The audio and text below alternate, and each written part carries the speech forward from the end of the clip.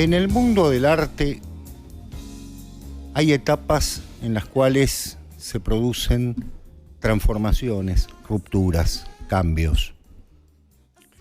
Hablamos del Renacimiento y del Barroco, del paso que hay allí.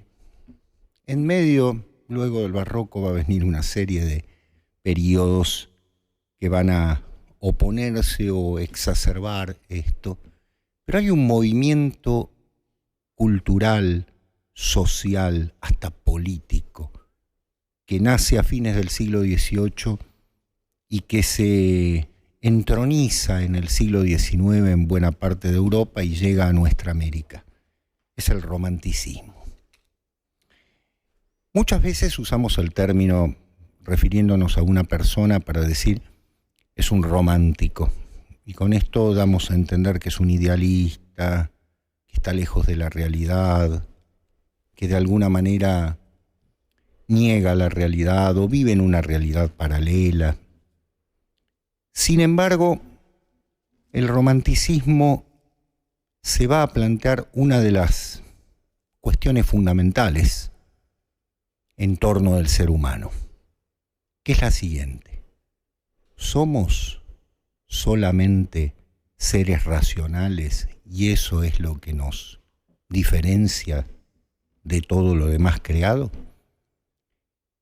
Evidentemente en el siglo XVII y en el siglo XVIII hubo una tendencia a decir el ser humano es un ser racional y eso es lo que lo caracteriza.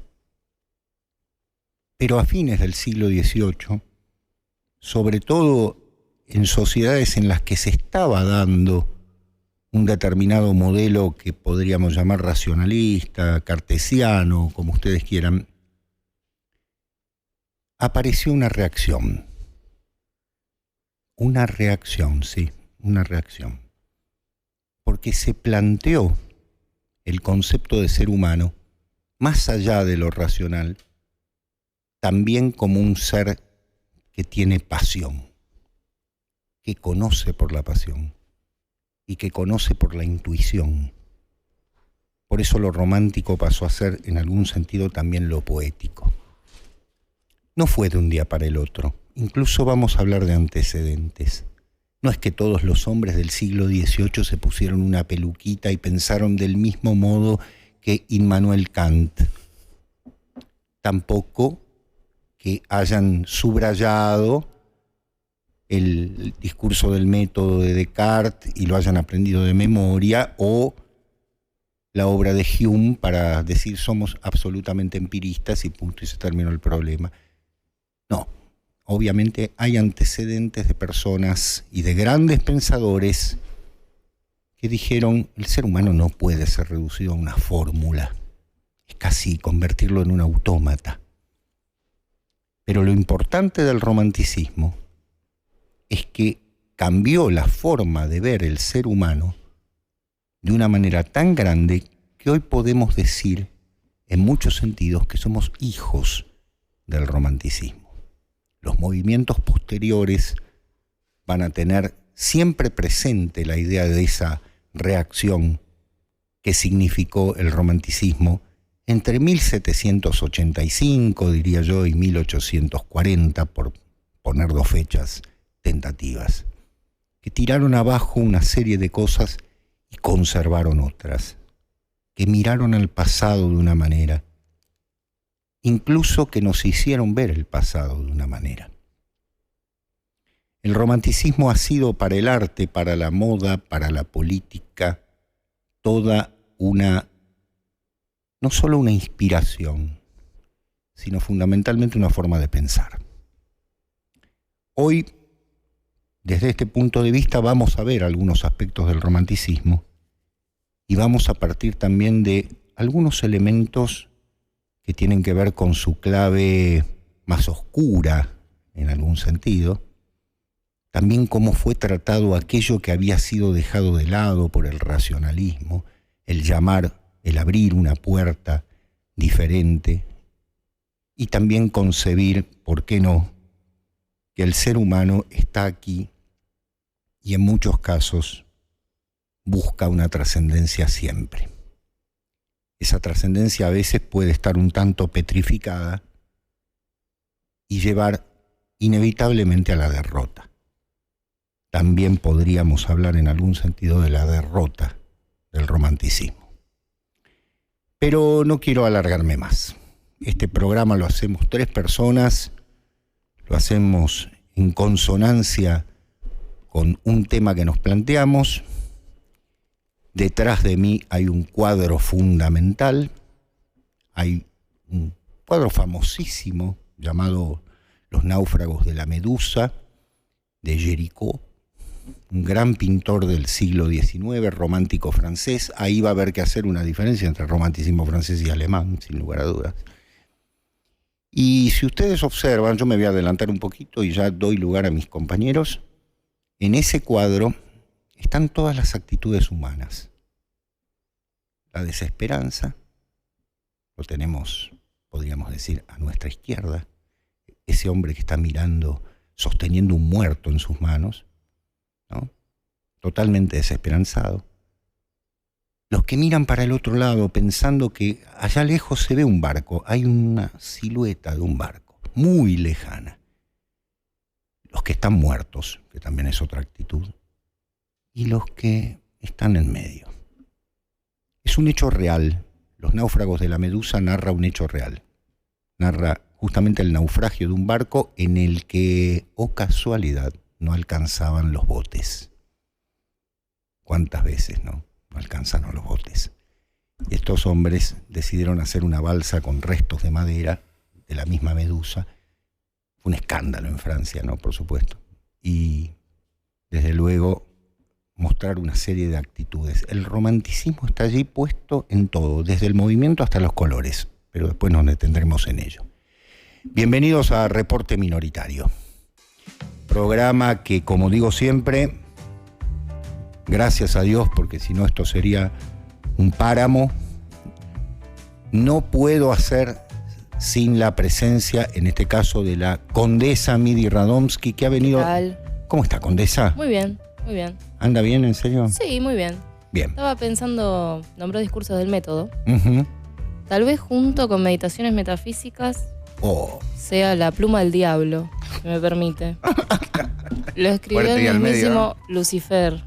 Uy, Pero bueno, ¿qué tal? ¿Cómo andan mis compañeros? Sí, muy bien. Y ahora que me lo dice mejor, ¿qué quiere que Muy le bien, diga? muy bien. Hay personas que tienen que decirlo, y la condesa lo dijo así directamente. se Muy tenía bien. que decir y se dijo. Bueno, exactamente, Sí, sí, exactamente.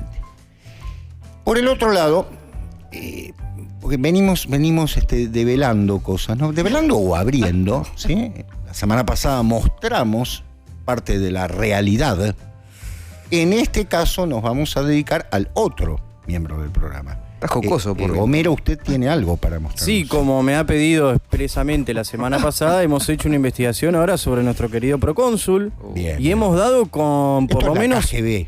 Sí, por lo menos bien. 2 de las abadías en las cuales ha habitado no sabemos cuánto tiempo Ahí nuestro está. querido procónsul. Ey, Ahí ey. Ah, bueno. Ahí Ey, está. ey. Esa es una, yo les voy a comentar.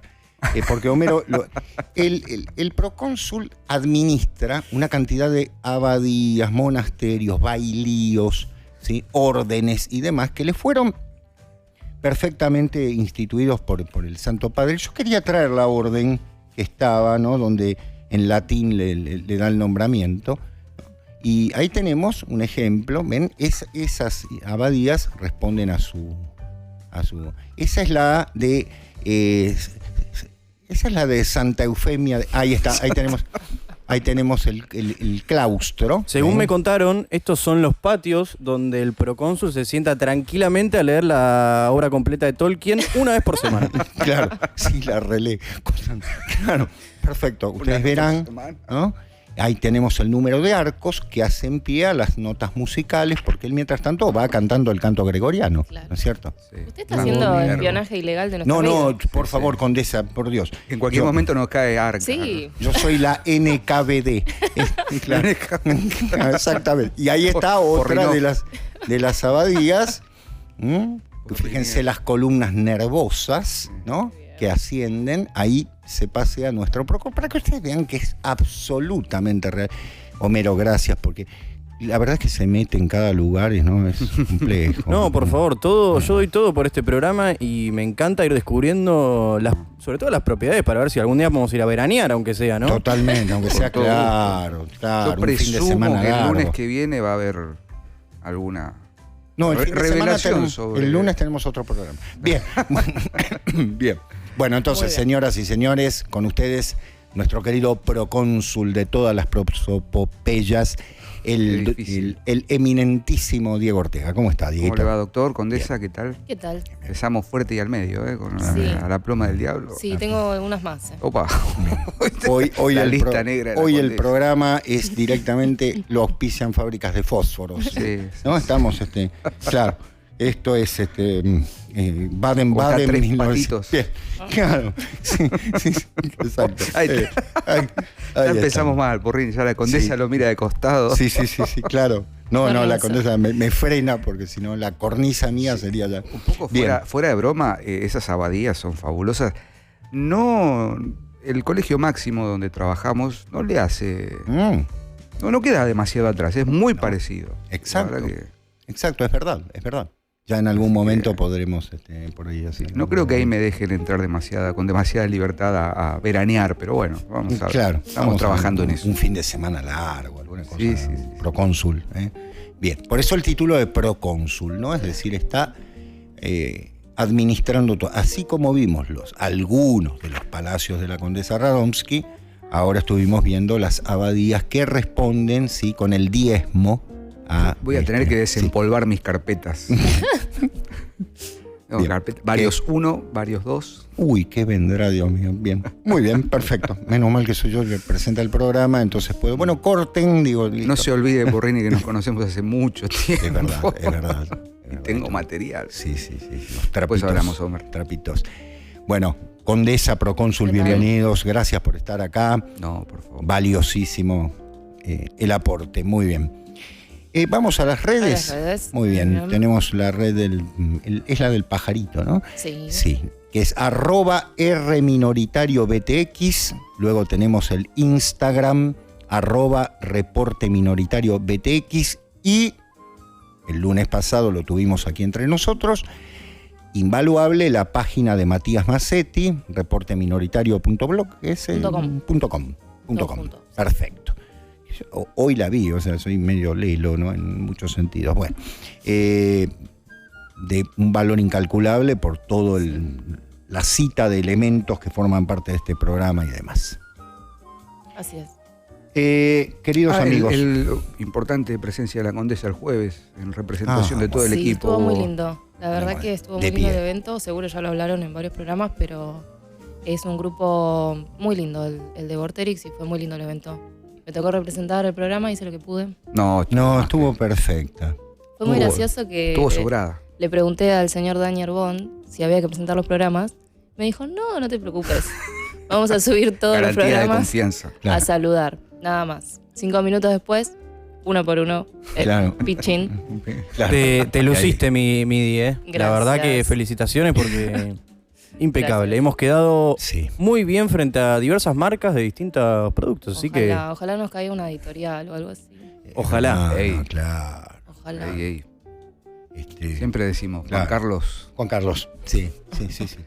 Y ponga el apellido de la editorial que Claro, quiera ¿eh? promover sus Sí, libros sí. y que, Sí. que leamos. Juan en Carlos estos tiempos. Fiordo. Parecido, así en caída. Sí, Cada claro. Hay otra que se llama, vamos a decir así, Trabalenguas. También traigan algo. Claro. SM, no sé, MX, algo. Sí. En fin. Bueno, muy bien. Aquí estamos. Tenemos atrás, ¿quieren agregar algo? Pues yo hice un pequeño comentario de los náufragos de la Medus. De No, Jericó. tal vez la idea de la balsa, ¿no? Claro. ¿No? En ese sentido, con lo que es una de las simbólicas del romanticismo, que es un último manotazo de ahogado, y Muy construir bueno. la balsa para salvar el mundo, que un poco Ujú. va a estar relacionado con el fin y demás. Exacto. Yo creo que hay 3 cuadros, o más, 3, obviamente hay muchos más, pero uno piensa en el romanticismo, yo puesto un poco alto, piensa en el romanticismo y la primera imagen que viene valga la redundancia, ¿no? En el imaginario pictórico del romanticismo aparece aparece la libertad de Delacroix. Sí. La libertad guiando al pueblo. Sí, señor. Y el caminante sobre el mar de nubes de Caspar Friedrich. Sí, señor. De hecho, cuando el lunes pasado, Exacto. que tuvimos que venir en transporte particular, volvíamos del viaje y Jessica, que estuvo acá, me dijo le mandamos un abrazo. el cuadro y me mencionó, de los 3 cuadros posibles, este era uno. Claro. Claro, no se acordaba el nombre y ahí está el de. Ahí está. Ese es el de Delacroix. Ese es el Que de alguna manera se puede ver el individuo, el sujeto, frente a lo inevitable de la naturaleza, por ejemplo. En el caso de la balsa. Sí. Pero no solo, perdón. Perdón. No solo lo inevitable, sino lo tempestuoso. Claro. ¿No? Totalmente. Exacto. No, en esto que decía el doctor de la división, creo que en el caso de estos 3 cuadros se nota la división entre romanticismo francés y alemán, ¿no? Totalmente. El caminante es totalmente romanticismo alemán y el cuadro de Delacroix tiene algo de romanticismo francés que tuvo ese pequeño problema que estaba emparentado con el iluminismo. Sí. Y había una cosa que a veces se le atribuye al romanticismo, ahí vemos un cuadro que ahora lo vamos a charlar, se le atribuye al romanticismo de el individuo, pero como la idea del aislado del individualismo, no del individuo. Y eso es algo que mama bastante de Francia, Claro. del iluminismo, Exacto. y que muchas veces se confundían, incluso, bueno, la libertad guiando al pueblo, lo que fue la Revolución Francesa, que estuvo ligada al iluminismo, digo, no al romanticismo, Entre otras cosas. con todas las cosas malas que eso tiene, vamos a decir, entre ellas la idea del genio apartado y demás. Sí.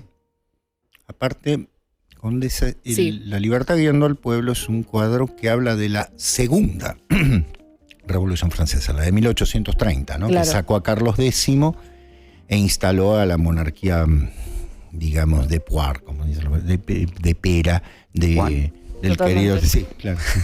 Muy bien, propenso. Tienes razón. Recién veíamos un cuadro, Homer, lo vemos de vuelta, que quedó ahí en el aire. El de Carlos. Sí, Carlos Alonso, lo queríamos traer porque es argentino, Claro. vive, tiene 94 años, Ujú. es un pintor que está más relacionado al neoclasicismo o al expresionismo, pero pintaba particularmente mucho a Van Gogh, Ujú. que también es un personaje interesante de lo que fue el romanticismo, y acá lo pinta, ¿no?, con un montón de dejes románticos como El Caminante, que lo Exacto. nombrábamos recién. De hecho, el cuadro se llama El Pintor Caminante. Y esta idea del hombre en la naturaleza, justamente, ¿no?, que es algo que inicia Van Gogh. Volver, claro. Claro, el paisajismo, pero no en un sentido vacío, sino lo que implica el paisaje y toda la importancia que tuvo Van Gogh en ese sentido. Y bueno, queríamos nombrar a Carlos Alonso porque es mendocino, creo. Ujú. Así que Gran pintor. sí, tiene este Sí, cuadro maravilloso. sí, sí. Creo que es 1940 este cuadro, no me acuerdo. Sí, un poquito. Me parece. Más Un nuevo, poquito ¿no? más acá, ¿no? Más me acá. parece que Claro, es sí, de tiene los 94. 60, sí, creo que Sí. es de los 60. 1990, según 1990. internet. 90. Sí, sí, bien, es verdad. ahí está, muy bien, muy bien. Muy bien. Con lo cual uno puede observar en el romanticismo opuesto al clasicismo, ¿no?, esa idea no solo del movimiento que nombrábamos, sino también la idea del trabajo con la luz tan particular, ¿no? Estamos Exacto. acostumbrados a los cuadros neoclásicos con luz a giorno, ¿no? Esto es, ¿no?, zonas de oscuridad, zonas de... Ustedes saben que la balsa o los náufragos, depende, hay dos nombres, la balsa de la Medusa y otros, los náufragos de la Medusa, claro, exacto. Tiene un bosquejo previo en el que él había pintado los cuerpos más coloridos y el barco que está lejos, más cercano, por suerte lo cambió. Claro. O sea, hay un mayor efecto en la lejanía del barco. Se ve allá un puntito, no sé si llegan a verlo. Sí. Ese es el barco al que intentan hacer señas. Y los cuerpos, como ustedes notarán, están en un estado mórbido, ¿no? Tienen un color. Porque, bueno, esta gente no se alimentó exactamente de truchas, ¿no? Claro, exacto. No comían canapés. La sociedad del barco. Claro. Sí, totalmente. Exactamente. Y la nave, ¿no? Exacto. La nave. Sí, El simbolismo de la nave ahí tan... totalmente. con toda la pasión, el viento soplando, bueno, en fin, todos los recursos del romanticismo. Sí. Condesa, procónsul, ¿quieren que empecemos de qué manera? Yo empezaría por algo muy pedagógico, si les parece, que tiene que ver con el sentido del nombre, romanticismo. Sí, señor. Muy De ahí bien. también que haya muchas confusiones o usos equívocos Sí. del concepto romanticismo. Bien decía el doctor que se suele atribuir el adjetivo romántico a alguien Es idealista, enamoradizo. sí.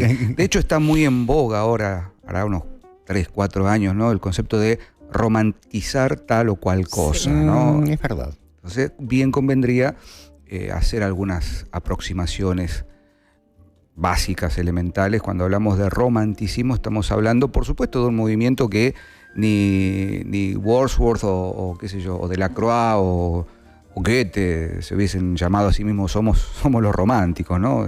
Claro. Estamos fundando el romanticismo, sino que, por supuesto, es una atribución de los críticos de la Sí. época. Sí. Particularmente de Boswell, un crítico inglés. Hay otro inglés, se llama William Hazlitt, que hablaba de un espíritu de la época. O sea, el adjetivo romántico viene en relación con la idea de revitalizar los romances. Sí, ¿no? Le exacto. roman, que era la forma afrancesada Novelesca. de llamar la novela, particularmente la novela de tema caballeresco medieval, de amor cortés. Exactamente. ¿no? El román de la Rose, el romance de la Rosa, o qué sé yo, Chrétien de Troyes, el ciclo artúrico. Ujú.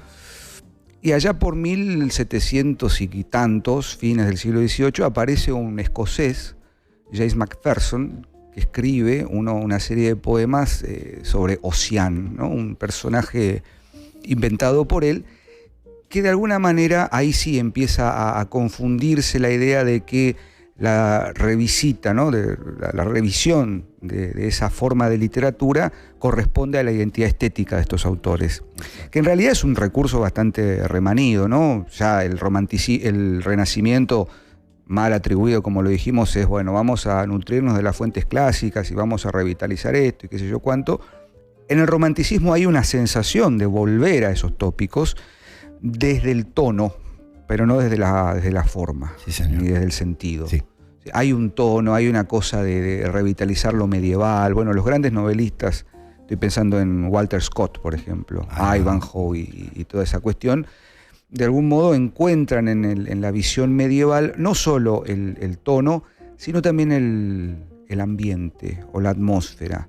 Porque si hay algo que se va a dar en el romanticismo fuertemente, es la búsqueda y el intento de recuperación de un mundo perdido, ¿no? Qué importante para el romanticismo los paraísos perdidos. Los paraísos perdidos, La idea pero de- ojo con eso también, hay un enorme problema, una disputa muy propia de la literatura inglesa, que lo expone Harold Bloom en un libro muy bueno en 3 tomos, que se llama La Compañía Visionaria. Yo tengo acá el tomo 2. Si uno quiere entender el sentido de los poetas románticos ingleses, yo recomiendo fuertemente que lean el librito, los 3 libros de Harold Bloom, La Compañía Visionaria, y El espejo y la lámpara de Abrams, que es otro libro clásico, más de teoría crítica, no tanto de análisis de contenido. Pero lo que dice Bloom ahí es el gran problema del romanticismo. Ustedes hablaban de Alemania y de Inglaterra. Yo tengo mi corazoncito puesto ahí en los poetas románticos ingleses. El gran problema del romanticismo, por supuesto, es la Revolución Francesa. Por supuesto, es la reacción contra la Revolución Francesa, pero también es el gran problema, siempre presente en el Reino Unido, entre protestantes, católicos, y toda esa cuestión. Y el problema con Paradise Lost, El paraíso perdido de Milton, es que es demasiado protestante, dice Harold Bloom. Sí, Después puritano. Después Eliot lo va a tomar y va a decir, bueno, si la literatura inglesa, en vez de haber seguido a Shakespeare, hubiese seguido a Milton, la cosa hubiese sido distinta. Bueno, entonces, disputas entre críticos. Pero en Inglaterra se ve eso, ¿no? La irrupción no solo de los ideales de la Revolución Francesa, que va a derivar luego, por supuesto, en las revoluciones independentistas americanas, digámoslo también, sino el advenimiento de una segunda revolución, que es la revolución industrial. Claro. ¿No? de la mano de todo esto va a venir un cambio no solo de pensamiento, que ahora vamos a hablar si quiere doctor y condesa sobre esto, sino también de visión del espacio. Sí. Es inevitable nombrar aquí a William Blake, ¿no? Claro. Otro pintor, poeta. No trajimos ningún cuadro de Blake. Ahí está, ese es William Blake, sí. Sí, señor. Ese es William Blake. Que ve en el decurso de su mediana edad y edad madura, ve el cambio del territorio, del paisaje, ¿no? Está muy bien expresado esto en la apertura de los Juegos Olímpicos de Londres de 2012. Si recuerdan, estamos hablando hace 13 años. 13 años. Que empieza con una cosa bucólica, ¿no? La campiña inglesa y gente, pastores saltando, felices, y de pronto se escuchan unos tambores y del suelo empiezan a surgir las chimeneas, ¿no? Y el cambio, ¿no? Eso, en el espíritu de la época que menciona Hazlitt, va a significar un cambio de visión del mundo y un cambio de la noción de naturaleza. La presencia de la forma mecánica por sobre la forma orgánica y todas discusiones que ya estaban dándose en la filosofía alemana, por lo pronto, y que viene la Revolución Francesa y hace un desastre con todo esto a nivel no solo de ideas, sino de ejecución de la acción, ¿no? Es decir, totalmente. Cortarle la cabeza al rey literalmente es acabar con una forma de entender, de visión del mundo, Sí. literal y metafóricamente, si se quiere. ¿Cómo se Sí. les ocurre? También en torno al paraíso perdido sucede algo, sobre todo en el siglo ya XIX, no tanto el XVIII, lo que es el romanticismo del siglo XIX, que es la figura del fantástico con esta otredad, ¿no? Como el paraíso perdido tiene esto, que es que en una época justamente iluminista o de un galopante materialismo en el sentido no de un consumismo vacío, sino que justamente lo único que existe es la materia o esta idea que se empieza a instalar, surge esta fantasmagoría, que es eso que es negado, surgiendo de la peor manera, ¿no? Uh-huh. Literalmente de despertar al diablo en esa negación. Y por eso aparece todo esto de la figura de la noche o de la otredad, ¿no? Como ante este materialismo galopante, la respuesta son estos demonios que surgen, que también es paradójico como ese iluminismo que es auspiciado por la Revolución Francesa, después como que quiere proponer una contraria a lo que es un mundo materialista. Uh-huh. Exacto. Sí. Exacto. Y perdón, pero también lo del protestantismo, el protestantismo se vuelve un materialismo traspuesto. Claro. Totalmente. Entonces deja de... Moralino. Claro, es una moral ¿Qué? laica disfrazada Ujú, de totalmente. religión. Es lo que va a emigrar a Estados Unidos. Por El supuesto. Mayflower, que Claro. digo, va a emigrar, no, ya había emigrado en el siglo XVII, el famoso episodio del Día de Acción de Gracias, bueno. Y es lo que va a vivir, o sea, es la materia de consumo del Poe que vamos a hablar hoy. Ujú. Seguro, exactamente. Ya nos vamos a meter con el Sí, poema. un mundo que empieza a expulsar almas, Exactamente. Y empieza, bueno, Poe tiene el hombre de la multitud, ¿no? por supuesto. Que va a dar la vuelta va a ser en Francia. Claro. O sea, la cosa se va a dar vuelta, va a dar un giro completo. No me quiero adelantar, Doc, perdón, pero Muy bien. con el simbolismo. Claro. Ujú. O sea, pasado bueno. por el tamiz de Poe, digo, el romanticismo empieza así en Alemania, podríamos decir, más allá de la cuestión de nomenclatura, de por qué romantisch responde a esta cosa de referirse a las novelas medievales, el imaginario de la caballería, etcétera. Se va a dar fuertemente en Alemania con el Sturm und Drang y todo el movimiento, ¿no? Temblor y Asalto, Goethe y todos estos muchachos, Hölderlin después, ¿por qué no? Sí. Va a tener vale. su potencialidad en Francia, por supuesto en Inglaterra va a tener, sobre todo con los poetas románticos, Wordsworth, Shelley, Coleridge, la balada del marinero, las odas, las baladas líricas, todo. Pero allí todavía en Inglaterra, me parece, por eso Harold Bloom lo titula como la compañía visionaria, un poco como los náufragos de la Medusa, que ven la cosa, la salvación allá, pero no llegan. Exacto. Nunca llegan, siempre están atisbando ahí. Entonces los poetas lacunares, Wordsworth, Coleridge, se quedan siempre en discutir, bueno, cómo hay que hacer poesía, cómo es la forma de la poesía, el sentido. Yo creo que va a ser Poe el que va a decir, tomo la posta y digo, así es esta cuestión, ¿no? Así es. Esta es la forma de atacar al enemigo sin decir que estoy atacando al enemigo.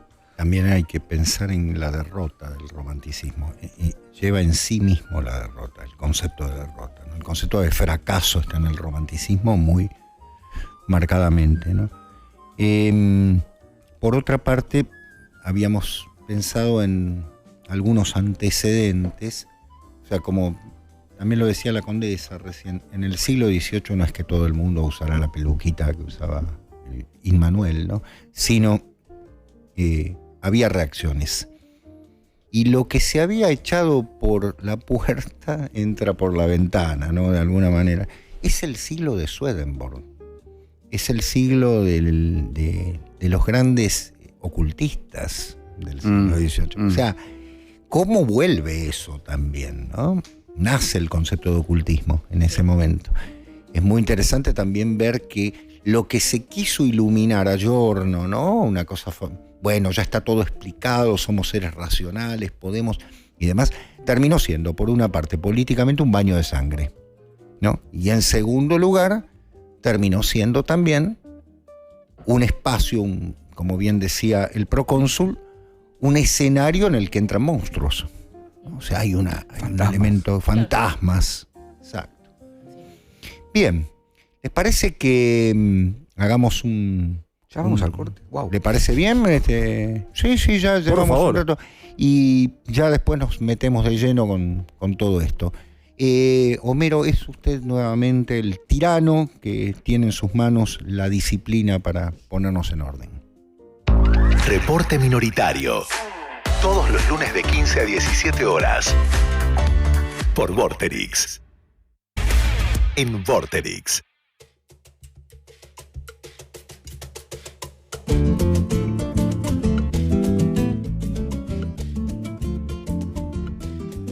Una vez, al filo de una lúgubre medianoche, mientras débil y cansado, en tristes reflexiones embebido, inclinado sobre un viejo y raro libro de olvidada ciencia, cabeceando casi dormido, oyóse de súbito un leve golpe, como si suavemente tocaran a la puerta de mi cuarto.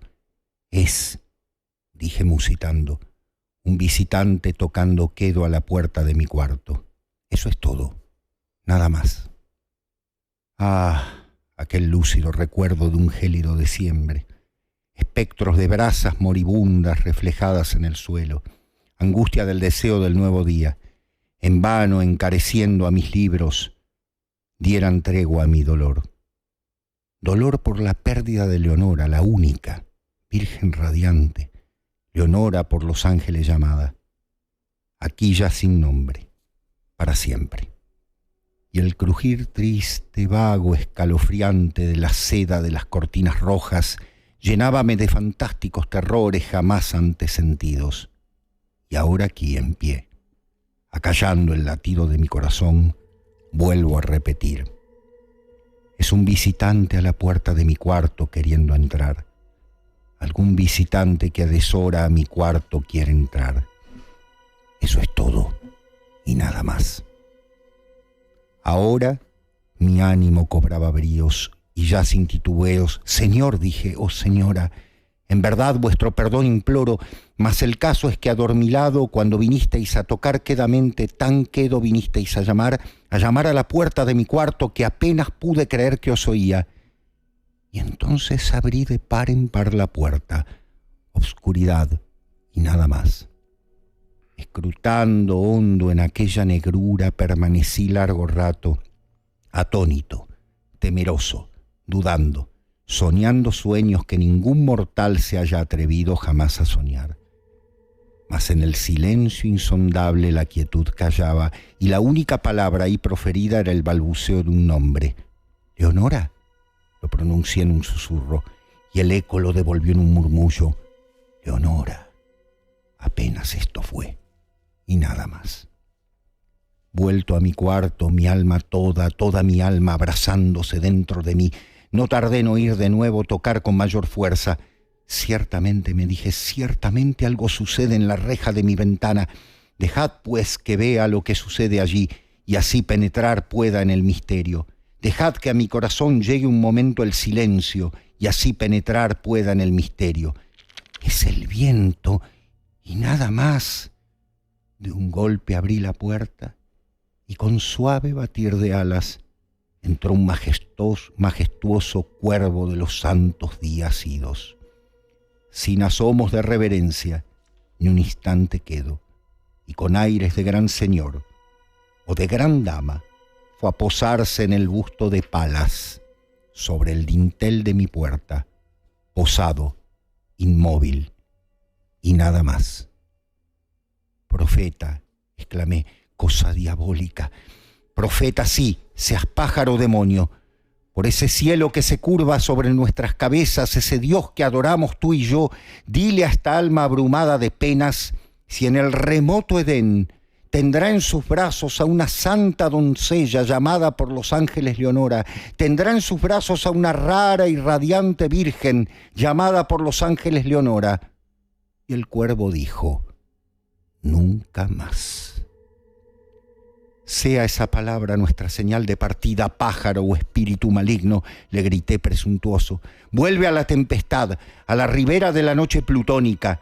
No dejes pluma negra alguna, prenda de la mentira que profirió tu espíritu. Deja mi soledad intacta, abandona el busto del dintel de mi puerta.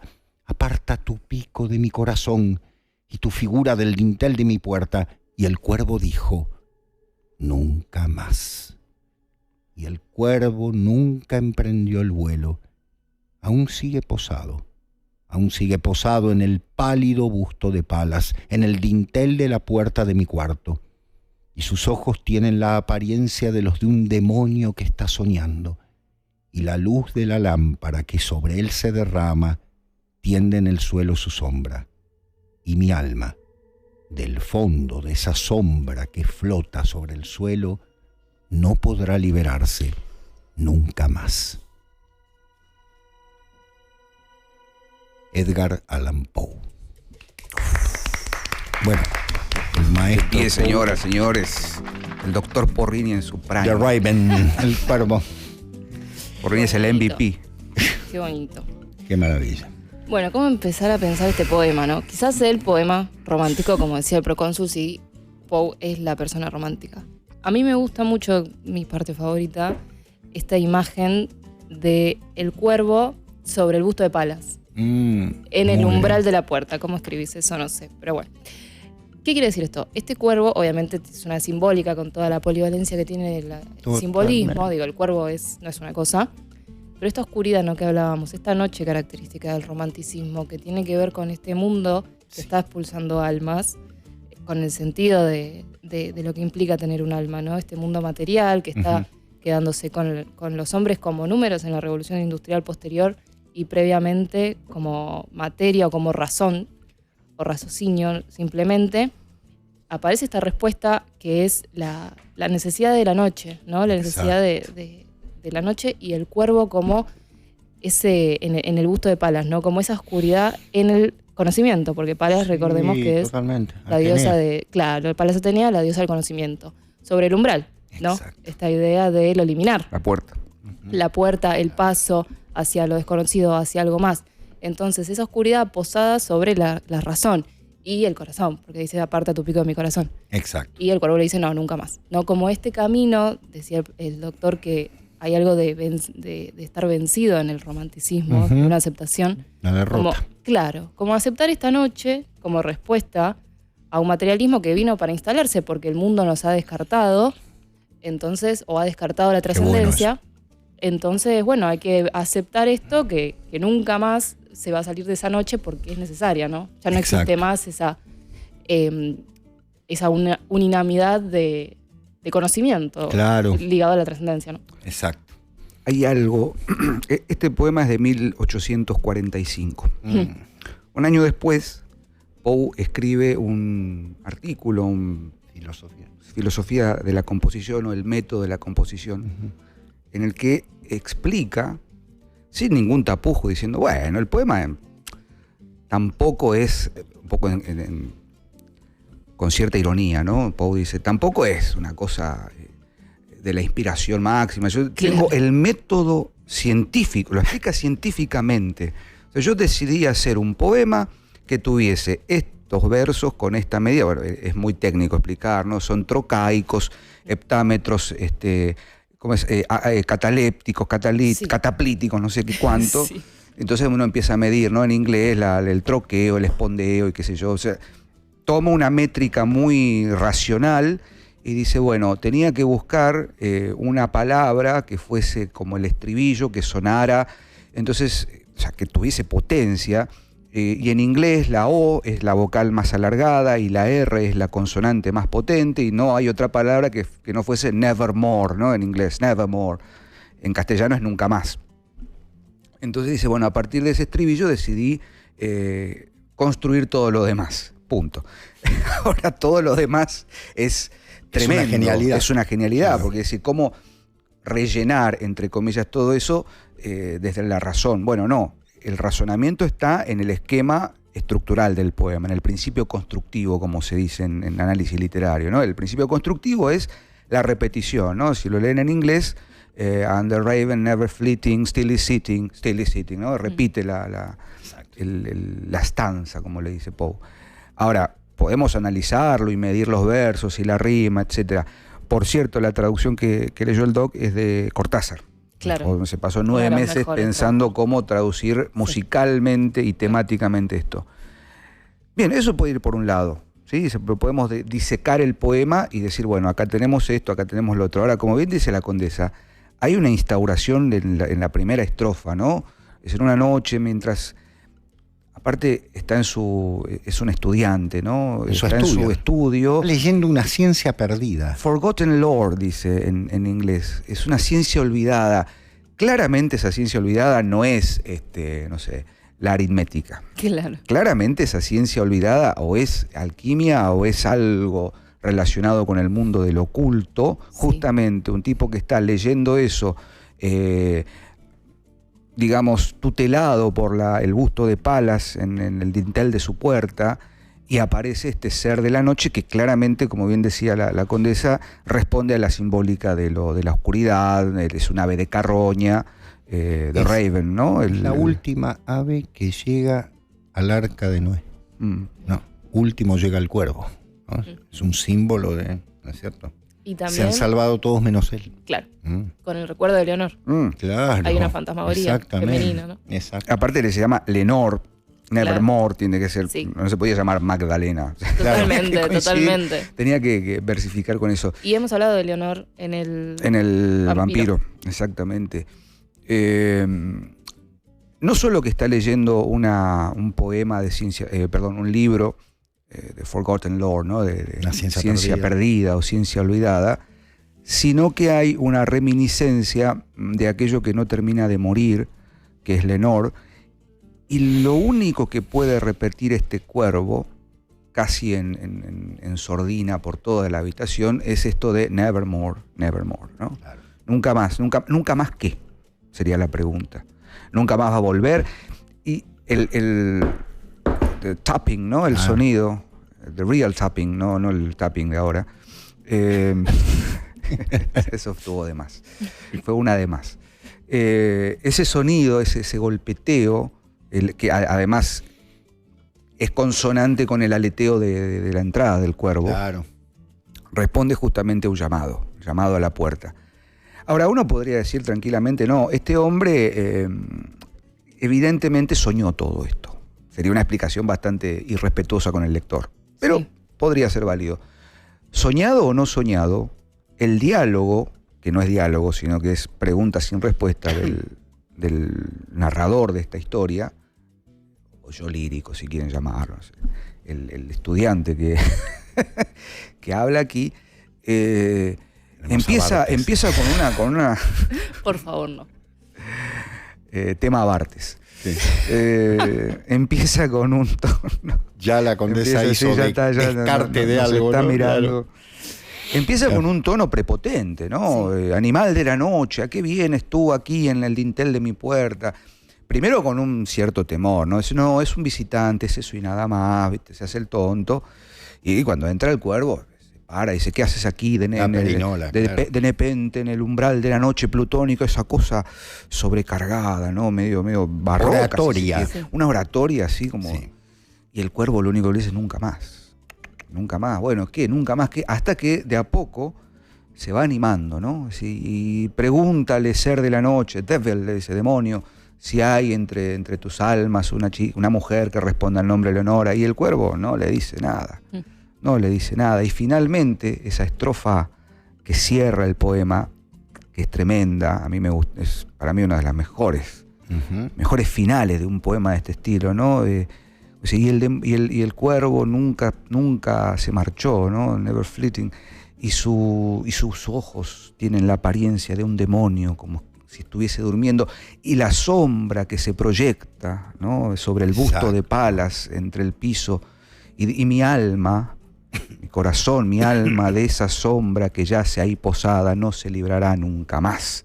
Exactamente. Es decir, hay una cuestión, condena. Una condena y un peso de esa sombra que puede ser interpretada de muchas maneras, que subyuga a este personaje.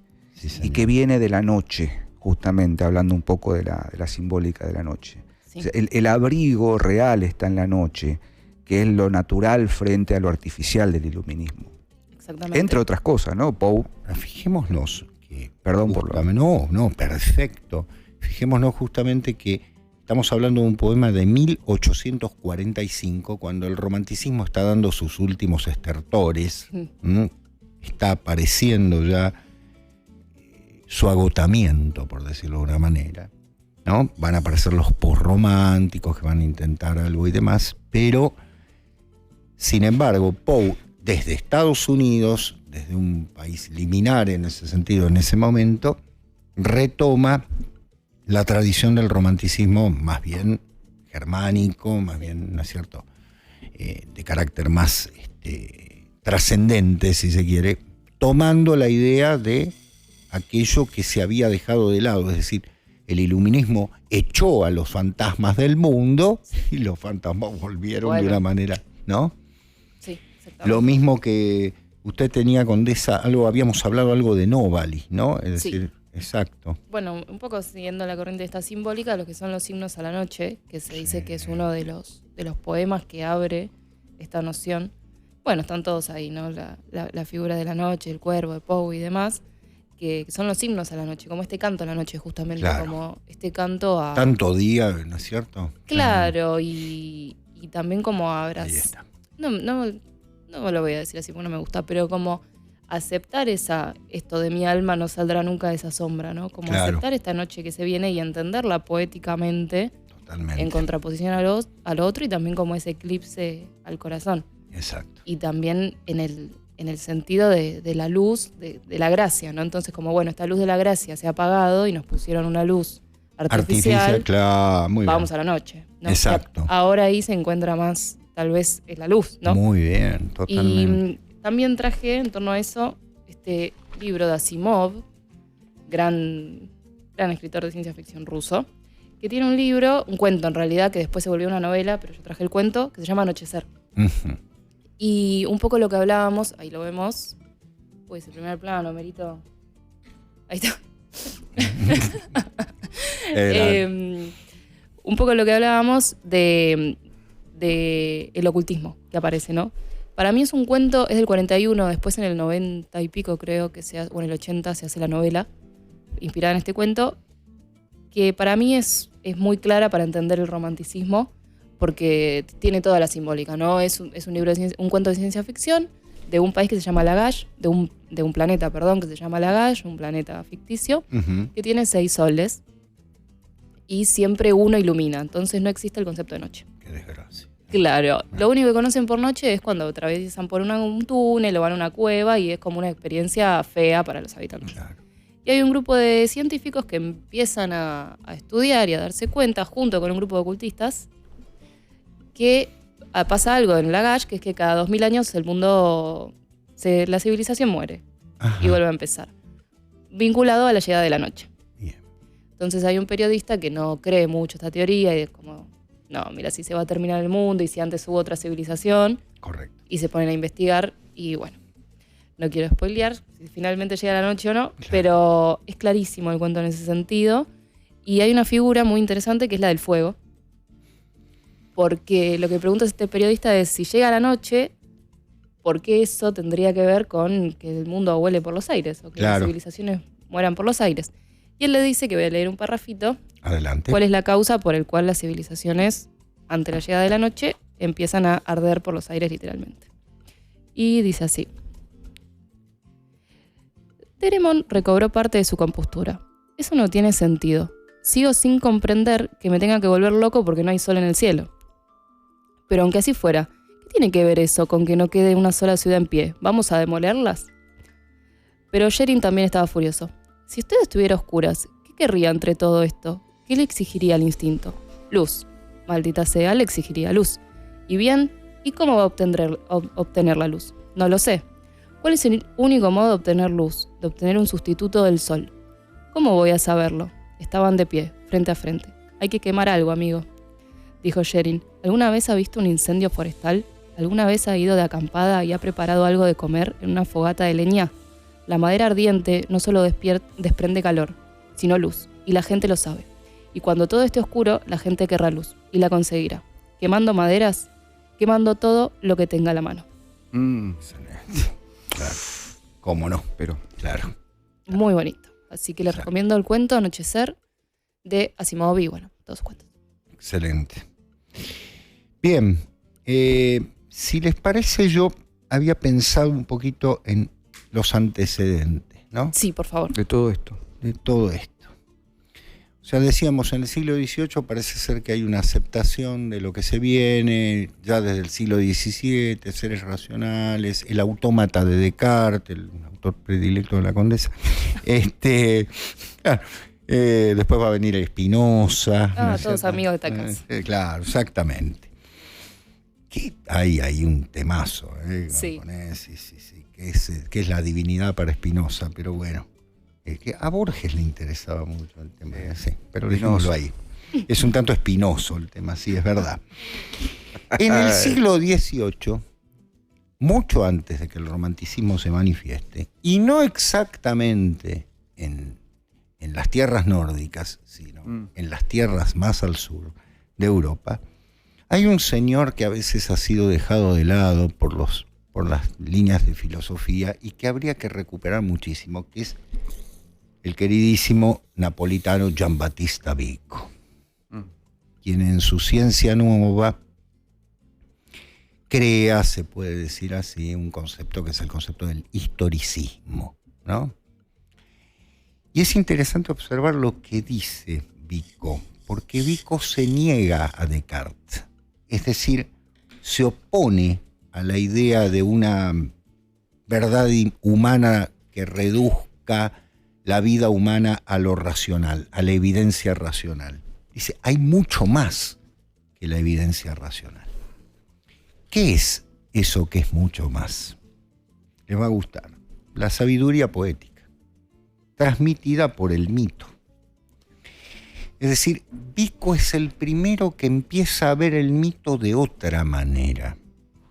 Es decir, empieza a leer la mitología de una manera que después los románticos lo van a tomar de manera notable, para decir, hay algo que escapa de la razón y que ha conformado al ser humano a pesar de que le pongamos capas y capas de tierra racionalista encima.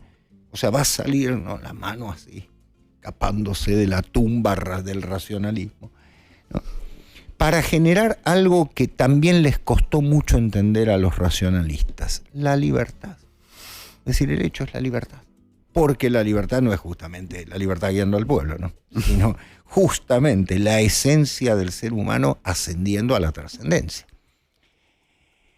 Pero en ese sentido, Vico, aparte de esto, cuando habla de un concepto que es el de corso y ricorso, ¿no?, el de un movimiento hacia un lado y un movimiento de retorno, podríamos decir, ¿no?, ir y venir, piensa en una intuición humanística que es propia.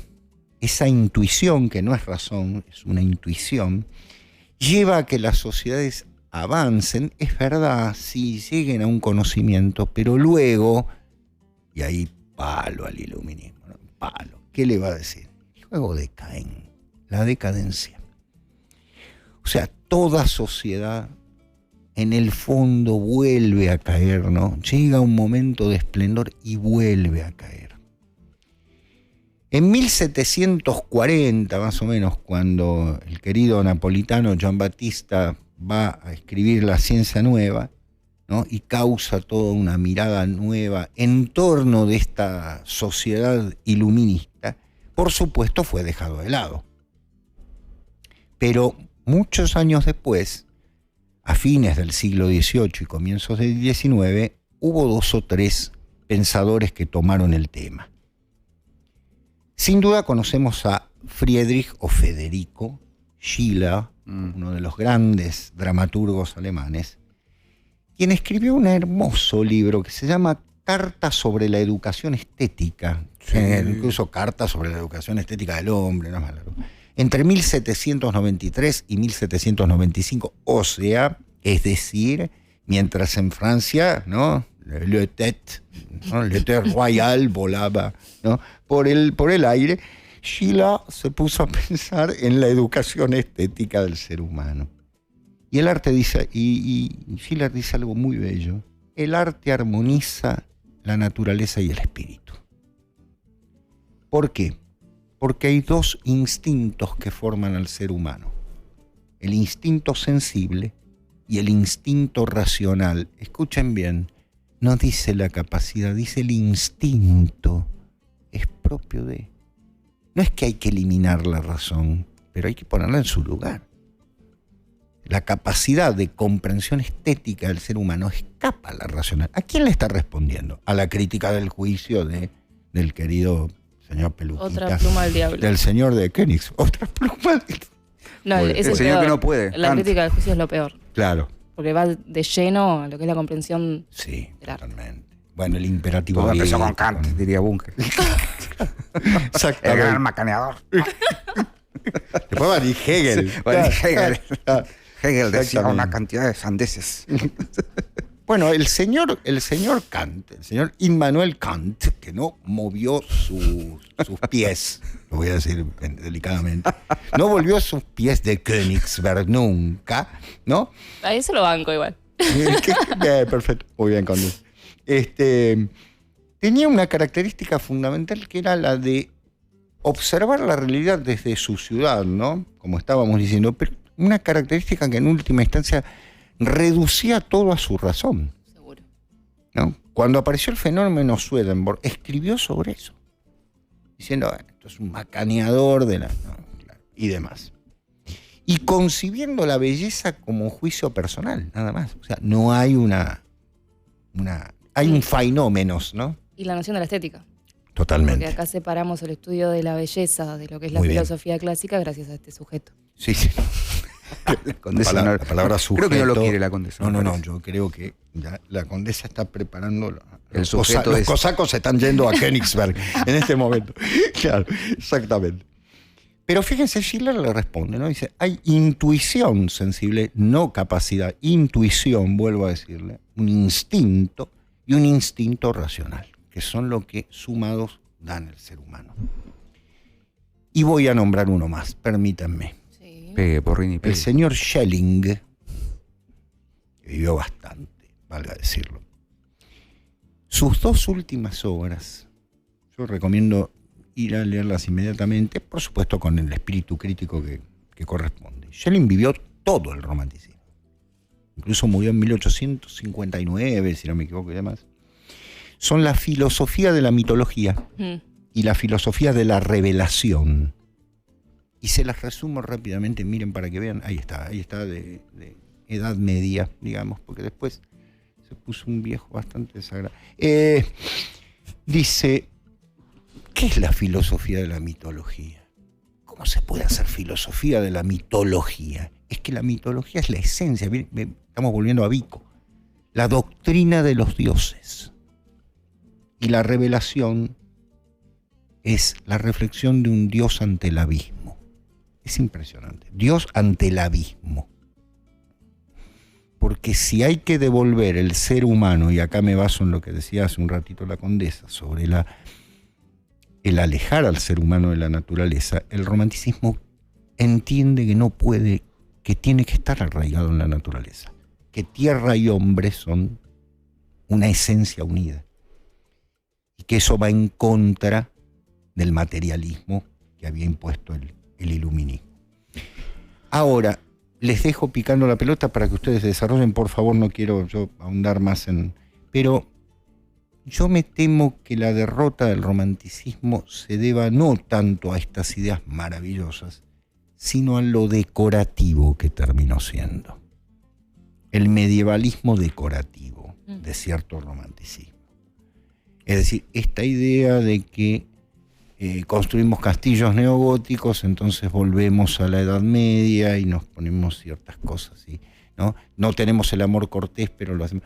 Hay en el fondo una asunción de la derrota que está muy ligada también a lo que decíamos recién en el poema de Poe, ¿no? Pero los dejo, por favor, que... un poco para retomar lo de Poe y enfatizar algo que se ha dicho aquí en el bloque anterior, creo. Schelling, Schiller, Schlegel, todos los alemanes silenciosos, ¿no? Tienen una presencia muy fuerte del fundamento filosófico de la cosa, ¿no? Toda la cuestión del espíritu, si uno se pusiese a indagar el problema del espíritu en la filosofía alemana, Geist. El Geist y todo lo que vino después y toda esa cosa, Nietzsche, Heidegger, todo la ristra de filósofos y metafísicos y tal, alemanes, entienden bien la cuestión, plantean la cuestión de la discusión estética, de la filosofía del arte, ¿no? Hay una discusión muy grande de Schlegel con Coleridge, por ejemplo, sobre la forma orgánica y la forma mecánica. Humboldt aparece por ahí, von Humboldt, ¿no? Dando vueltas ahí. Otra sería la historia de la lengua, ¿no? Como la historia decimos de la siempre, lingüística si moderna. hubiese seguido a Humboldt. Pero para mí el gran problema de la derrota, como bien señala el doctor, tiene que ver con esto de atisbar y nunca llegar a puerto, ¿no? Los grandes poetas románticos ingleses, sobre todo los más jóvenes, ¿cómo se llama? Un Shelley, Percy Shelley, esposo de Mary Shelley, el otro Byron. Keats, John Keats, Lord Byron ni hablemos, se quedaron en la espuma del tema. Y sí, vamos a encontrar la contrarrevolución estética, y se quedaron ahí en la espuma. Y el que asume el rol de llevar esto hasta las últimas consecuencias, camuflado de otra cosa, es Poe. Poe no era un gran poeta. O sea, si El Cuervo es un poema magnífico, ya por eso es un gran poeta, pero decidió no sostener su literatura en el arte poético, sino que eligió la narrativa. Y más bien la narrativa breve. Las narraciones extraordinarias, por ejemplo, esa antología magnífica de relatos que todos conocemos y que incluso, muchos se han hecho populares en la cultura moderna y posmoderna gracias al cine, sobre todo. Los Simpson. Los Simpson. De hecho, la semana pasada hacíamos el chiste de Barney hablando "No lloren por mí, ya estoy muerto" con Madame un Butterfly. Bel Vedremo. Uh-huh. Y ahí está. Ese es el primer capítulo dedicado a Noche de Brujas, año 90, La Casita del Terror. Claro. Que tienen una reposición magnífica del Cuervo. En inglés está narrada por James Earl Jones, la voz de Mufasa y de Darth Vader. Ese es el narrador. Y hacen una reposición magnífica. ¿Por qué Poe sigue? Nadie repone, el Prometeo desencadenado de Shelley, o las baladas líricas de Wordsworth, o qué sé yo, el Ruiseñor y la Rosa de Keats. No, ese es de Wilde, me estoy confundiendo. El Hiperión de Keats. No, vuelven a Poe porque Poe, de alguna manera, asume y se convierte en el pararrayos de todo esto que estéticamente se discutía en Alemania, poéticamente los ingleses quisieron llevar a un punto medio y Poe retoma toda esa tradición desde un Estados Unidos, desde Boston, lo más puritano que pueda haber y lo más cuadrado, aparte formado en West Point y no sé cuánto. Claro. Y el tipo, Sí, ahí está, Forgotten Lord, una ciencia olvidada. Homero babeando. Magnífico. Volumen 2. Volumen 2. Es genial. Como han leído muy bien. Sí, Matt Groening y todos los... Bueno, no es Matt Groening es el creador, pero todos Claro. sobre todo en esa época, estamos hablando del esplendor de los Simpsons, 1990. Pero Poe entiende la configuración del momento que hay que... O sea, entiende bien contra qué hay que rebelarse. Contra los resabios y las rémoras de un iluminismo puritano en Inglaterra y en Estados Unidos, en Holanda, por ejemplo. Para hablar largo y tendido sobre los fundamentos y orígenes de la literatura de Estados Unidos, ahí hay un Rip Van Winkle el de Irving, Washington Irving, y toda la imaginería holandesa y el Mayflower. Bueno, la leyenda del jinete sin cabeza que retoma el de Batman, ¿cómo se llama el director? Tim Burton. Toda esa imaginería, ¿no? del Sleepy Hollow y demás, que forma parte de del acervo cultural del puritanismo norteamericano del principio del siglo XIX, está en Poe, sí, y Poe lo empieza a estirar, lo empieza a desarmar y lo lleva in extremis hasta un punto en el que, por ejemplo, desarrolla El gato negro, El corazón delator, La verdad sobre el caso Valdemar, que rozan lo fantástico, están entre ahí, a caballo entre lo fantástico y lo extraño, diría Todorov, la caída de la casa de Usher. Cada uno de esos cuentos, incluso El Cuervo, como poema, podría ser explicado racionalmente, pero permite la apertura, abre la jugada para que sea leído desde un código, entre comillas, fantástico. Sí, perfecto. No es lo que hace, por ejemplo, el autor estoy mal con Stevenson, por ejemplo, ya a fines del XIX, ya en la era victoriana, o Bram Stoker en Drácula, que marcadamente hay una entidad fantástica, ¿no? El vampiro es una entidad fantástica, el doble, el Dr. Hyde es una entidad fantástica, merced a un brebaje. Poe está ahí coqueteando, ¿no? Entre esto puede ser fantástico, esto no. El gato negro, puede que haya dos gatos. ¿Cómo puede ser que el segundo gato sea idéntico al primero y tenga una herida en el ojo y tenga una... Sí, pero no olvidemos que el narrador es en primera persona, es un yo, sí, y que dice, tal vez sea nervioso, tal vez no, ya nos advierte de entrada. Claro. Entonces yo desconfiaría de lo que dice este narrador, pero sin querer queriendo, como se dice, pasa de largo y uno puede leer el cuento en esa clave. Los grandes cuentos de Poe, los más significativos, tienen esta posibilidad de decir, bueno, puede tener un elemento fantástico o tranquilamente puede ser leído desde el más absoluto racionalismo. Exacto. El Cuervo está compuesto desde la más absoluta lógica estructural, que tiene versos medidos, rima bien contada, una estructura en la que dice, bueno, parto de una palabra que va a ser el centro y ahí hago rimar todo lo demás, sí, genial, esa es la estructura. Luego en el modo y en el sentido final, simbólico y metafórico y todo lo que quieran analizar, tiene una potencia que supera la forma. Y esa vuelta, gracias a Poe, se va a terminar de concretar con los simbolistas franceses, con Baudelaire sobre todo. Es que justamente pensaba, digo, frente a lo decorativo, ¿no? Es decir, esta idea al estilo, con todo el respeto que me merece, pero al estilo Ivanhoe, ¿no? Es decir, ubico una historia en la Edad Media, etcétera, etcétera, y pongo caballeros y pongo damas.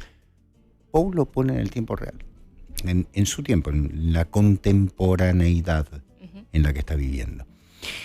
Y abre la puerta a este elemento fantástico que da pie para justamente la interpretación, ¿no? La interpretación en algún sentido marcado en torno de la idea de aquello que no puede ser explicado, pero que sí, dentro del cuento, como decía el procónsul, tiene una lógica. Claro. ¿No? Es que sienta las bases del fantástico. Totalmente. Entonces, como todo principio, tiene sus... Hemos elegido un maestro para claro. el tema de hoy y realmente es... Sí. Me quedé pensando en la divisoria de lo que es la estética en el arte. Un libro, para mí, el mejor y de los más potentes en lo que es la teoría, entre comillas, artística dentro de la tradición, que es Filosofía del Arte de Komaraguami. Ah, sí. Le responde directamente a Kant. No me acuerdo, creo que lo nombra, pero si no lo nombra, bueno, es para él. Porque... Está toda tuya, Kant. Un señor que vive en Königsberg le pone. Claro, claro. Correcto. Es lo que dice es el problema de Occidente, sobre todo porque, como decíamos, fue Kant el que separa la rama de la belleza para hacer una filosofía aparte que tiene que ver con la estética. Él habla de la naturaleza, hay que decir que también fueron otros después lo que Sí. hicieron cagada hablando del arte. Pero lo que dice Cosmaraguami es el problema de Occidente es que separó la belleza del conocimiento y la ligó a un tipo de placer. Muy bien, perfecto. Entonces ya no se comprende el arte como parte del conocimiento, sino como un tipo de placer. Exactamente. Que Es eso justamente el lo que juicio. le estaba golpeando Vico, ¿no? Diciendo, Claro. es un saber, es un conocimiento. Ahí, pero- ahí entra para mí fuerte a la discusión y pide cancha Oscar Wilde.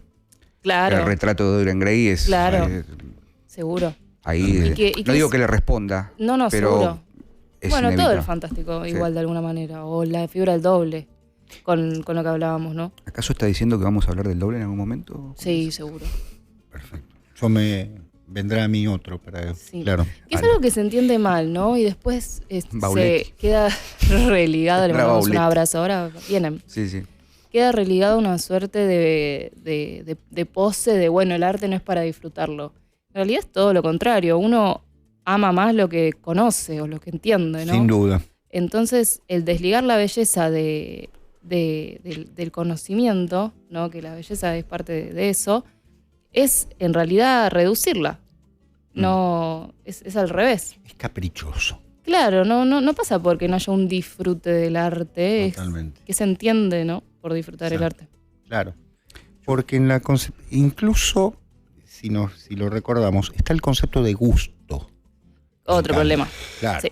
Hay un problema fundamental en la misma teoría de Kant, no queremos, bueno, No, es larguísimo, pero sí. es muy largo para tratarlo, pero tengamos en cuenta, la condesa recién marcó algo fundamental, exactamente. Parece que la belleza es un atributo que tiene que estar colgada de las paredes, ¿no es cierto? Porque nos da alegría, nos da qué sé yo y demás, lo que fuere, nos hace grata la vida, por supuesto que sí, obviamente, desde luego, pero no se tiene en cuenta dentro de la mentalidad racionalista de Kant, absolutamente racionalista, empírico racionalista, que es una forma de conocer y que el poeta es él que conoce justamente como nadie, ¿no? Bueno, siempre digo, uno mira el retrato de Poe y es Sí. un hombre que conoció el infierno. Sí. ¿no? Es decir, mira el retrato de Poe, sus últimas fotografías, y dice, este hombre descendió a los infiernos, claramente. ¿no? Totalmente.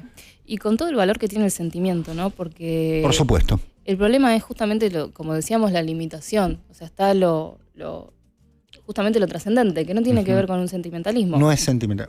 Que no implica que no sea importante sentir placer o sentirse feliz o que una obra te haga feliz. No, porque está mucho esta discusión como, bueno, no quiero pensar esta obra porque me hace feliz. Está bien, digo, no es que una cosa anula la otra, sino que Exacto. es el conocimiento como expansión, ¿no? Exactamente. El problema de eso es que pasarse de rosca es la abyección, el Sí. hedonismo, ¿no? Vendrá Claro. el arte por el arte, ¿no? La cuestión medio...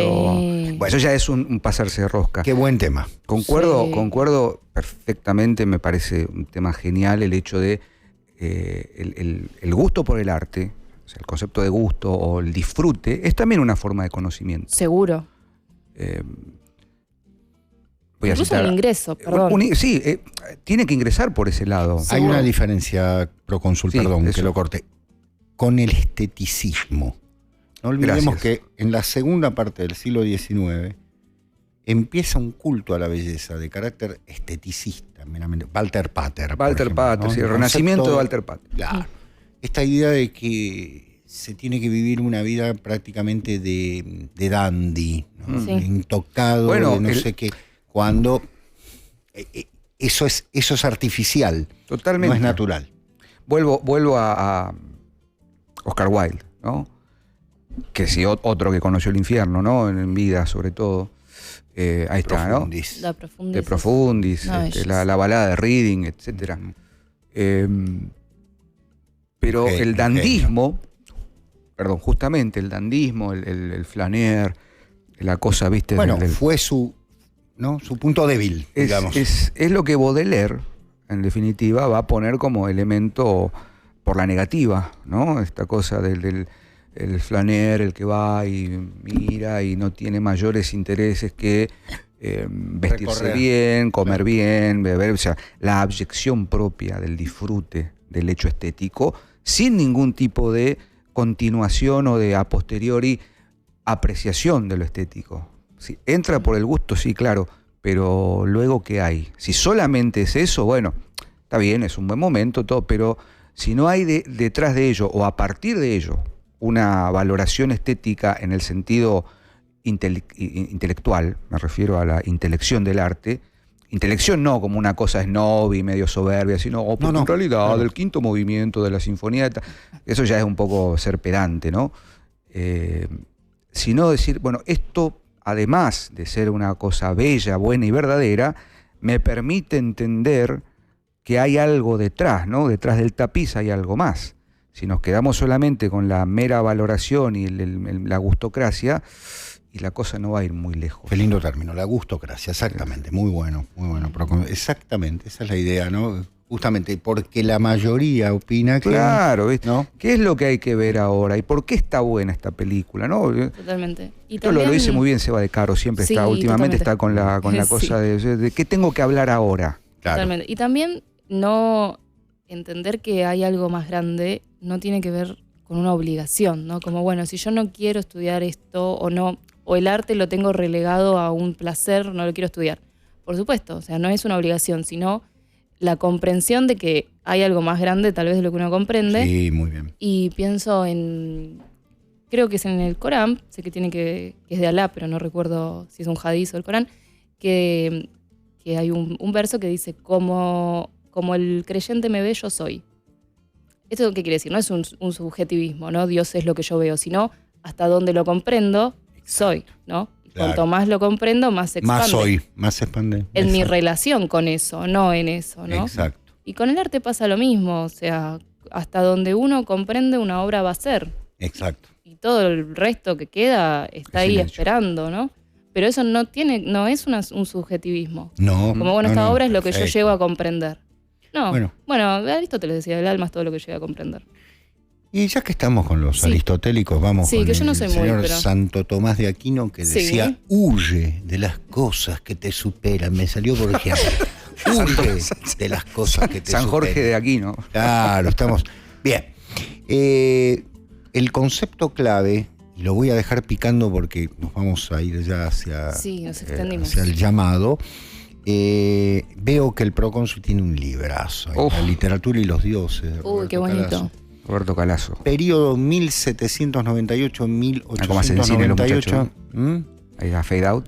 Ahí Zoom hay, in, zoom out. ahí hay una etapa, señores, esos 100 años en los que el romanticismo se despierta, se agota, aparecen los simbolistas y se despiden como diciendo, bueno, lo que venga de aquí en más. Arréglense. Claro, arréglense ustedes.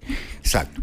Bueno, vamos a darle entonces las cámaras a nuestro jefe máximo, a Homero, por eso se llama Homero. El nombre se lo pusieron cuando él estaba en gestación, se lo pusieron justamente porque dijeron en algún momento, va a ser el conductor de hombres. Entonces dijeron Homero, el que ha escrito lo máximo de lo máximo.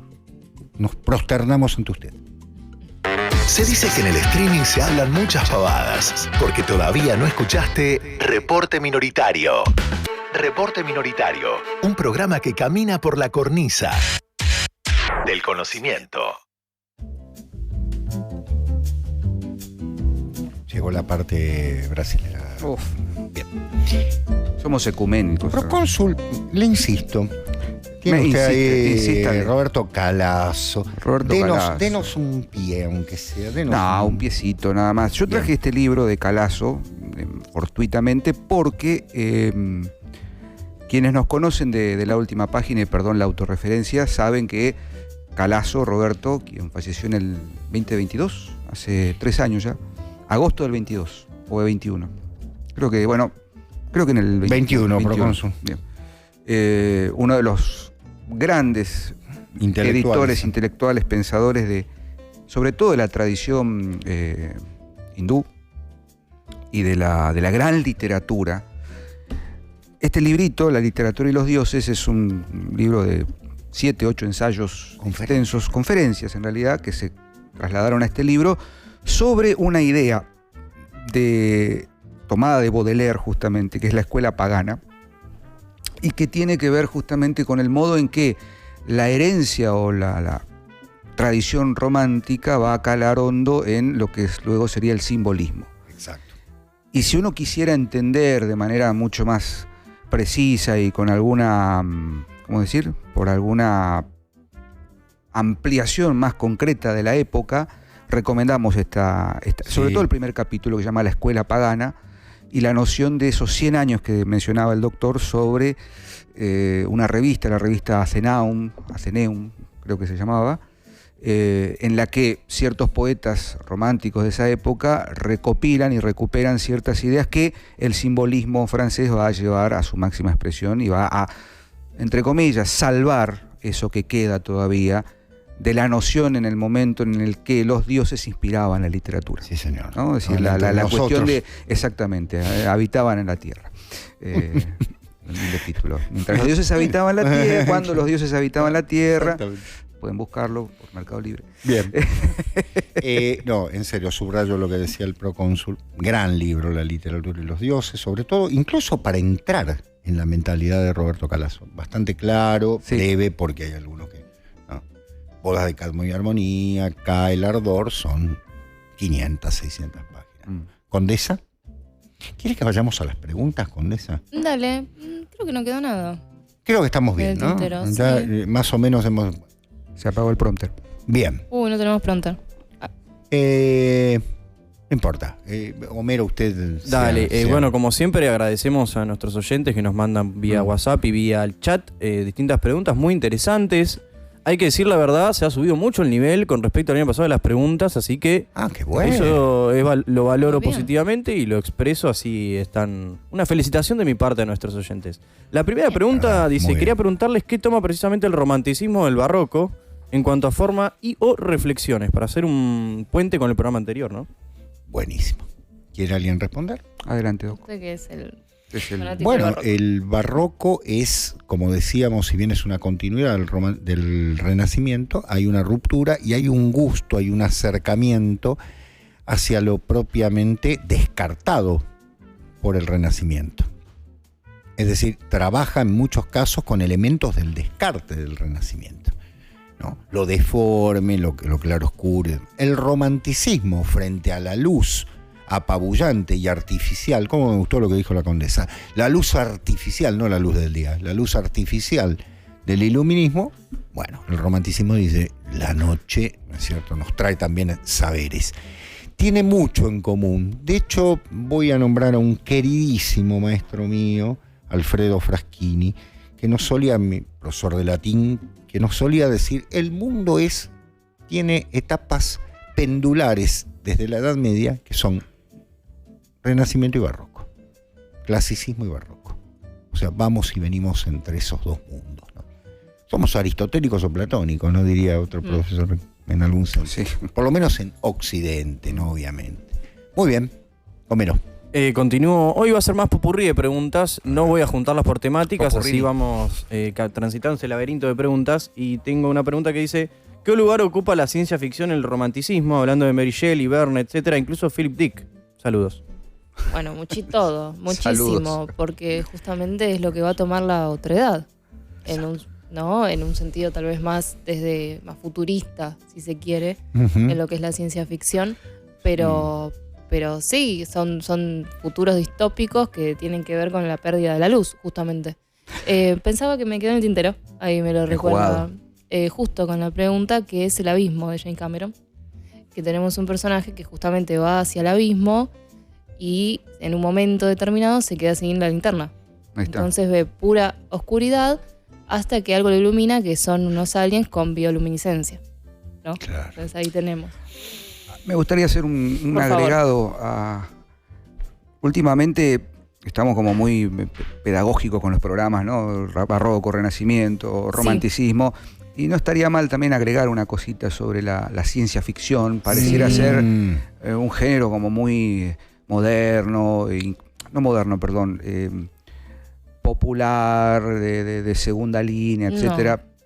Podríamos atisbar, siguiendo la lógica y el argumento de la condesa, que hay una continuidad de temas, por lo menos de espíritu. Obvio. Digo, bueno, no por nada traemos a Asimov, no por nada hay que pensar en el nombre de Bradbury, este programa. el nombre de este programa. Bueno, ahí está. Exactamente. Digo, Exacto. la ciencia ficción no es joda. No, No es para nada, decir, para bueno, nada. no, sí, son unos tipos que tiran láser, viajan en el espacio y qué sé yo cuánto.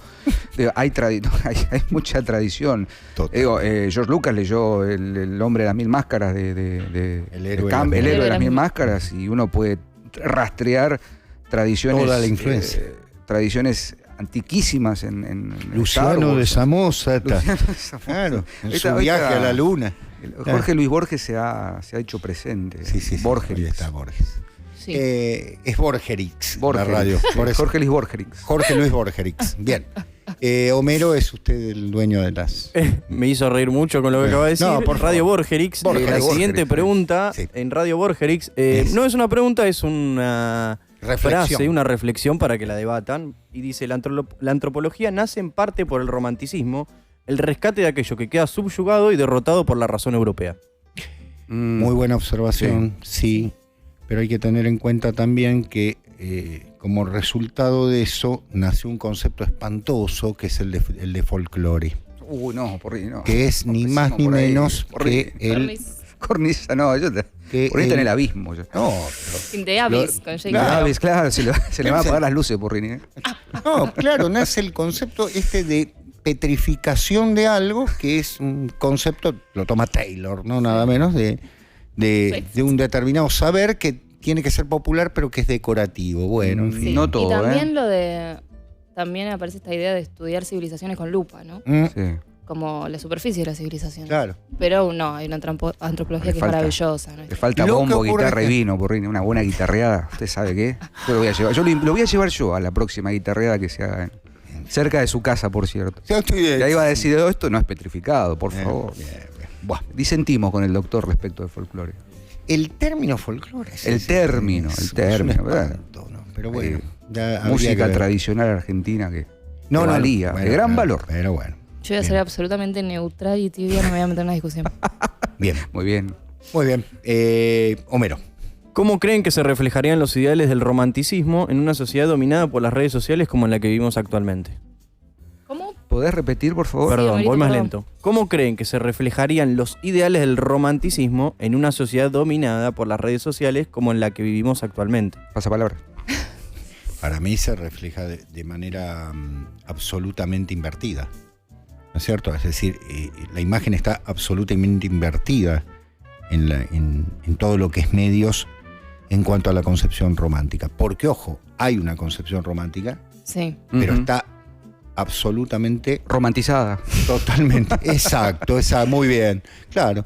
Es decir, hay una idea del romanticismo que es equivocada. Que es esta Claro. idea de, bueno, sentimientos, dejemos liberar, pim, pum, pa, y tal cosa y tal. No se olviden que es una reacción. Partiendo de la base también de que... Es una reacción. Sí. Listo. Partiendo de la base de que, está bien, nosotros estamos saliendo ahora por un medio, por supuesto, que tiene redes y que tiene una construcción y una puesta en escena, etcétera, pero mayormente esa sobreexposición en redes de ciertos movimientos y de ideales o no ideales son ad hoc, ¿no? Están puestas ahí para... No son reales, no Exactamente. son reales. Exacto. Eso es lo que quiero decir. Va una pregunta, en realidad son tres, pero podemos englobarla dentro de lo mismo. ¿Se puede ser un romántico en el siglo XXI, romántico de pertenecer a la corriente, por así decirlo, romanticista? ¿Qué sería hoy en día ser un romántico? Y especialmente en Argentina. Leer un libro.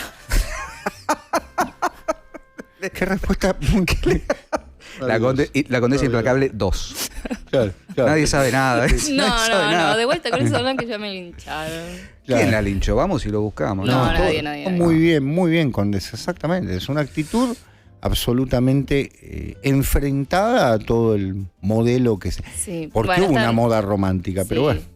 está el chiste, ¿no? De, bueno, yo me pongo a leer, digo, no es tan lineal, ¿no? En el sentido de, bueno, ante el celular leo un libro. Sino, lo digo en un sentido, lo digo en chiste, pero aparte en un sentido más de no sé, de dedicarse, no al conocimiento, porque no es que todos tienen la misma vocación, pero digo, no sé, hay formas de salir que tienen que ver con... Sí, señora. Con el goce estético, por decirlo también.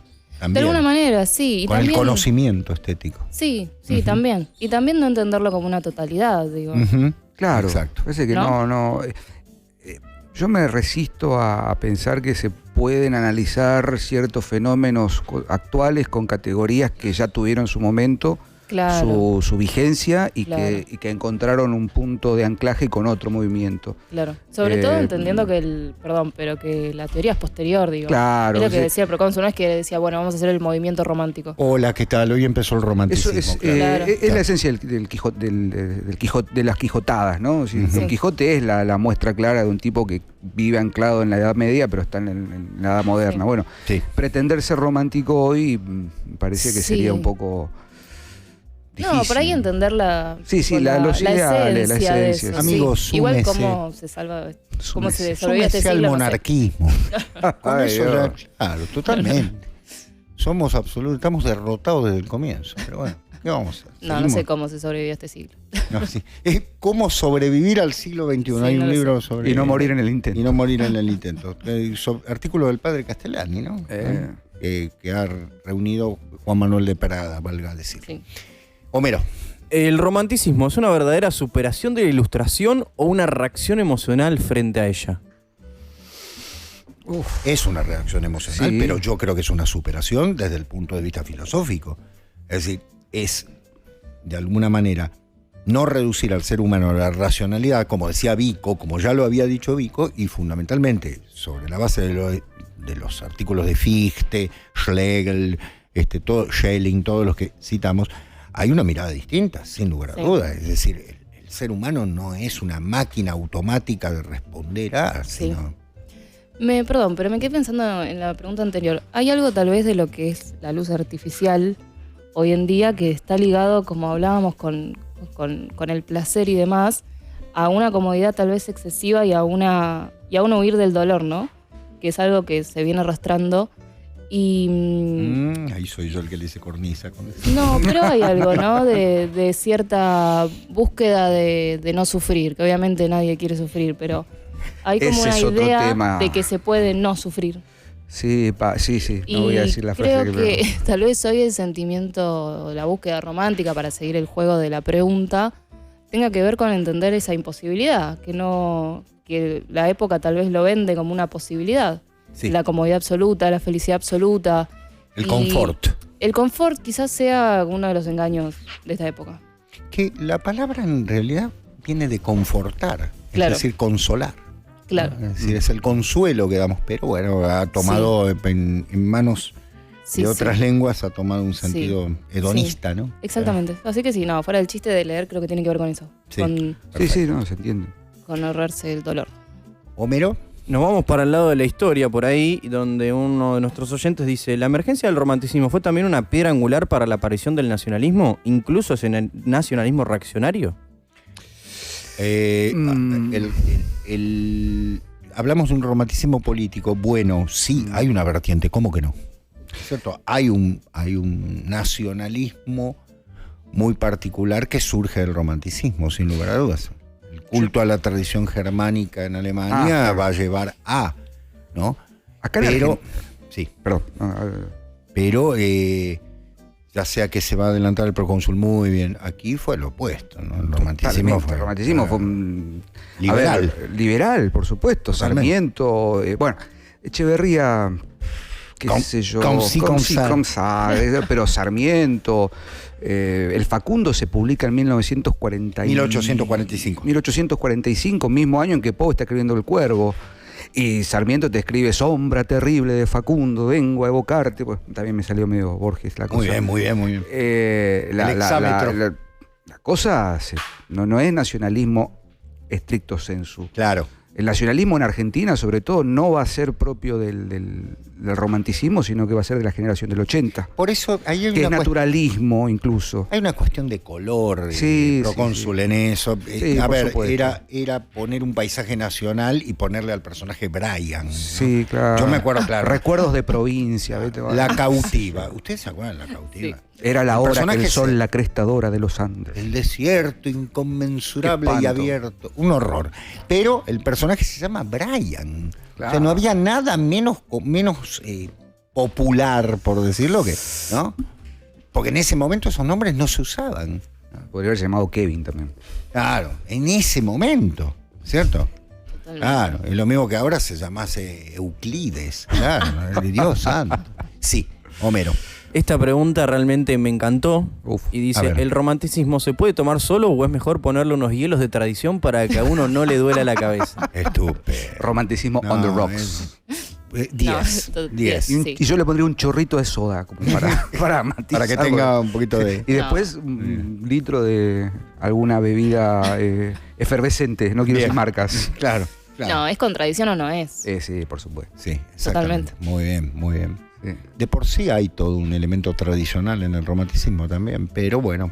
Sí. Y obviamente la pregunta que hacían anteriormente, sí, claro, hay un romanticismo de carácter revolucionario que va a entrar, como muy bien decía la condesa, en el romanticismo francés, esta idea de levantemos, ¿no? Las barricadas de los pueblos. No, que no, se- con eso, con eso. Do you hear the ahí estaba people la sing? condesa al lado y está el romanticismo alemán que va a dar, bueno, pie para otras cosas también, ¿no? Sí, sí, En sí. Rusia Condesa tiene lo suyo, ¿no? El señor Pushkin también tiene eso. Oh, ¿no? qué bonito. Claro. Qué Ya bonito. tendríamos que trabajar eso. Pushkin the Night. Sí. Bien. Homero.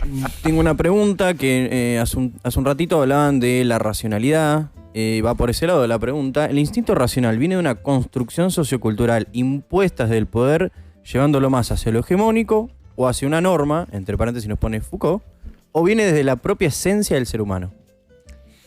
Yo Que soy tenga signos de esencialista. pregunta no necesariamente hace que Ah. sea muy larga la No, cosa. yo creo que es una condición humana. Cuando Schelling está hablando de instinto, está hablando de un instinto de la condición humana propio de todo ser humano, ¿no? De una imposición social. Creo que estamos confundiendo el hecho de que construir socialmente, puedo construir cualquier cosa socialmente. Totalmente, sí, sí. Es No, muy y propio de desde estos ya que tiempos. no es una construcción social el raciocinio. Sí, la razón pura. Totalmente. Sí, Pero- yo estoy- Del señor Yo no, yo Immanuel. no cité a nadie. A la condesa tenemos que regalarle, claro, el gusto de Immanuel con la peluquita. Claro, muy bien. yo estoy en desacuerdo con la idea de construcción. Perfecto. Uy, uy, uy. Sí, sí, sí. Nada. Manifiesto mi desacuerdo. No, hay toda una cuestión ahí sobre la... Porque una vez que se construyó se tiene que, claro. Bien, listo. Le damos pie para... No, hay Muy mucha confusión, sobre todo en el ámbito educativo. ¿Ves? Va desde el punto de vista del ámbito estrictamente educativo. ¿no? Hay tiene ciertas razón, procónsul. nociones que se confunden y... A ver, construir está bárbaro. Construyamos y hagamos sólidos los cimientos, todo, pero de ahí a llevarlo Sí, a... pero basta hormigón armado. Sí, sí, Ya me- sí. ya me Ni tienen siquiera, cansado. ni Uy, siquiera uy, uy. hormigón armado, ¿no? Bueno, en fin. Bien. Es tema para otro lugar. ¿Una más? Nos estamos... No, ¿O ya no hay más. ¿Ya no hay más? No hay Perfecto. más. Bueno, Homero me avisó. vamos ¿Está al bien? programa. ¿Está bien, Homero? No, está bien. Tengo un más, pero ya con el tiempo no vamos a Perfecto, llegar y no perfecto, quiero perfecto. no quiero que quedemos en el Les medio. agradecemos, les pedimos Vamos disculpas. para- Tenemos que anunciar cuál es el tema del próximo programa. Anúncielo usted, que muchos lo conocieron por su declaratoria. A favor. El mío se llama Partido Apocalíptico. Señoras y Es la señores, apocalipsis. exactamente. La apocalipsis. La apocalipsis. El tema de nuestro próximo programa es Apocalipsis y fines del mundo, porque Fines del mundo. vamos a hablar no solo de la tradición judeocristiana, Sí. sino... Condesa, ¿qué tenemos que ver? Y vamos a Cuéntenos. volver a ver una película que es Fail Safe o Punto Límite, también conocida del director Sidney Lumet, 1964. Perfecto, perfecto. Muy bien, ahí ya tienen tarea. Reporte minoritario old school, Osco. Era. de original. Gracias, procónsul, A usted, condesa. doctor, condesa. A No ustedes. quiero irme sin agradecer a todo el equipo. Realmente No saben Sí. la bondad que tiene la gente que hay No, es en... increíble esta radio, hay que Sí, decirlo. sí. Son unos santos, realmente. Ahí está, Homero. Aguantarme a mí ya es un... Están ganando, están ascendiendo más allá del quinto cielo, que es justamente el que supera la gnosis, ¿no? Y vamos a decir, hablando de quinto cielo, que ahora viene 5 minutos más. Muy bien. Cómo juega ¿Qué de pasa? memoria, Sí, ¿eh? Juega de memoria el por favor, doctor, es un el intrépido. simbolismo ¿eh? es increíble. 5 minutos más, qué gente jovencita, fresca, con Sí. toda...